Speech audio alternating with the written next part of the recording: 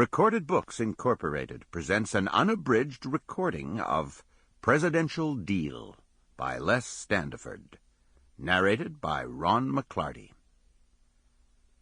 This work is copyrighted 1998 by Les Standiford.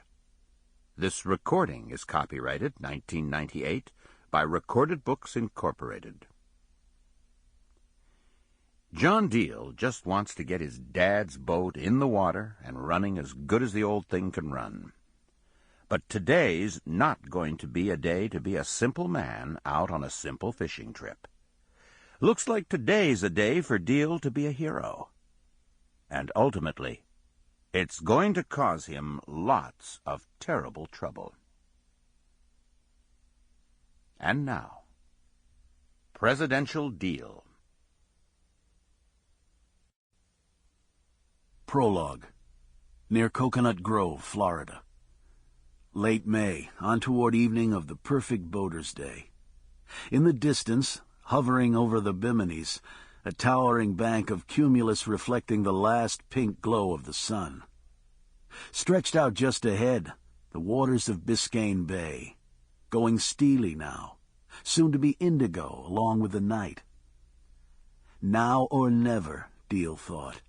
It was why they'd come out here after all. Stop stalling.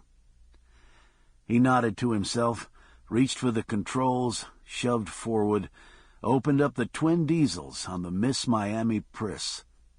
He was wondering if he'd finally gotten things right, if the big engines were going to finally fire and sink, thrust him forward over the swells like something shot out of a sling.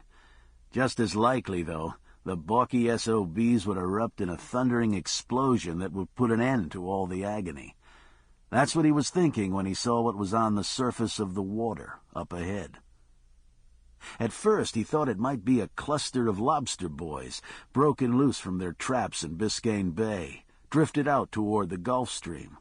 But that wasn't right. Too many of them for that. The color, the shape, the movement, all wrong. Some kind of floating debris tossed from a cruise liner headed for the islands. That's what crossed his mind next. There were ship's captains who liked to save a few bucks that way. Why have your garbage hauled by surly teamsters in the port of Miami when you could just chug out past the limit, dump it in the unprotesting sea?